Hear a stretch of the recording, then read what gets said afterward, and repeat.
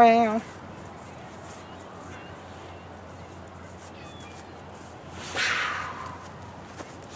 Welcome, my friends, to Drop Dead. So, Drop Dead is a game that's asymmetrical, and it's actually pretty fun. Jim, your thoughts, because you just got back from the dead. Yeah, best time to make remarks. I really like this game. I think it's kind of got, as I was making some comments in the Let's Play, I think there's, whoever's the spy is at a major disadvantage because you're both on the same screen, and if you could do the whole GoldenEye looking at your screen tactic. The screen cheat. Yes, I think that was what it was called, screen cheating. And there is a game based entirely off that. I know, I have it. One day I hope we play it. It's in the works. Anyways, so I feel like the spy is at a major disadvantage, and a lot of time the spy in the game, you don't know who the heck you are, and like you have to find yourself. Yeah. But when you do find yourself, or when you actually go for your objective, and I noticed this too, the sniper has a huge advantage. Yeah, like 90% of the time you have no idea, and like so many times I'd be like, is that me? Oh wait, that's not me, because I turned your left only and hope, that person went up. Your only hope as a spy is to waste all 3 of your shots as a sniper and then surrender. Because the sniper only gets 3 chances to get his target. Yeah, I think that sort of balances it. Well, I'm not sure if it balances it completely, but it does make it easier. It makes it easier for the spy, but it's once you get into the game, chances are like 9 times out of 10, the spy will fail. And I do agree there is a bit of a difficulty curve there. The weird thing is I walked up to the briefcase because I think that's what we're supposed to get. There's 4 on the screen, and I think 3 of them must be fakes. And the one time I won, it must have been the right one out of all the 4. But as you could probably see, sometimes I was like trying to hover over the briefcase, and I'm like, why am I not picking it up? Why am I not picking it up? And then it would just disappear, so I knew it was a fake one. Yeah. But like the amount of time you spend to like try and pick it up, it's like, okay, I'm gonna be caught. I've noticed something though. When it does tell you that the objective is cleared, the briefcase takes a while to actually disappear. Meaning that the sniper has no idea what bag got stolen. Meanwhile, you can just have the time to get away. So there is some sort of balance in this asymmetrical game. Yeah. And it's really fun to actually just say that. We're playing an asymmetrical game where we're actually playing together. We don't really do that a lot. Well, it can be tricky. I mean, if it's a one-player game, you sort of try and take turns if it's racing or whatnot. So yeah, that's basically the gist of what I'm trying to say. But with this, it's like we were both like doing our best to try and as much as I could without knowing who the heck I was, because as I said, I'm like, oh, not that person. Oh, not that person, because I moved right. This game has a shallow learning curve. It's like it takes like 1 or 2 games. I think it. And then you finally get to know how to play game, it. But it's a different type of party game. It's one of those. It's a party game where I always say with party games, more the merrier. But with this, it hits that sweet spot. There's never 2 to 4 people. There's never any more than that.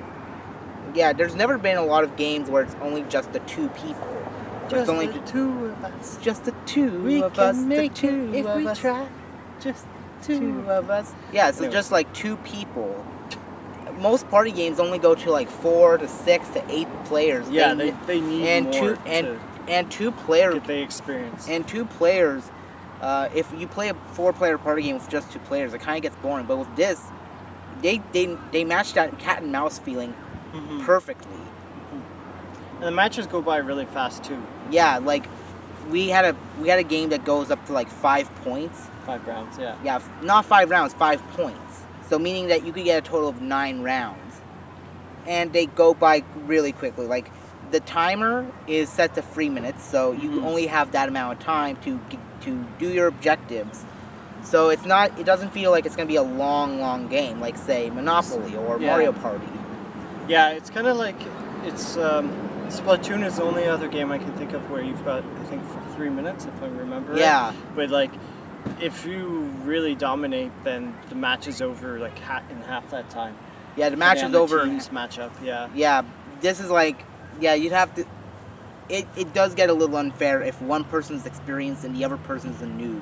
Because what happens then is that there's a sort of skill gate that has to be achieved, especially in an asymmetrical game where one person is really good at what he's doing and the other person is just shit at what he's doing. It's like competitive Smash versus someone that just picked up Smash. Casual Smash. Yeah. Yeah. That's exactly it. You know, I was actually always curious about what would happen if we actually played the opposite roles. You were the sniper and I was the spy. Would we still get that same result, or would you be the one winning?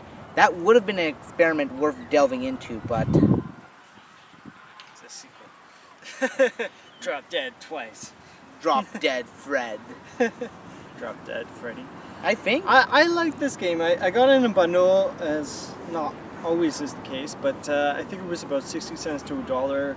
I think it's normally $2 to $5. It's fun. I mean, for the $2 or so. I only recommend this game.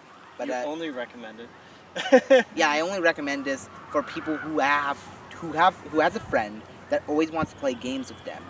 So like this is a good 2-player game that you can just throw away on one wild night. I think it's 2-player mandatory. I don't think there's any I don't think there's any way to play against the CPU, as far as I know. Yeah, so that's why I said only pick it up if you have someone to play with this all the time, or like even like on rare occasions where it's like, hey, you up for a game of cat and mouse or Drop Dead? Yeah, Drop Dead. It's just it's such a different game than everything else we've tried and everything else I've seen. And I have to add up. Like I've seen something local like this, multiplayer only. Yeah. Which I'm seeing like there's a bit of a resurgence of in the Steam days.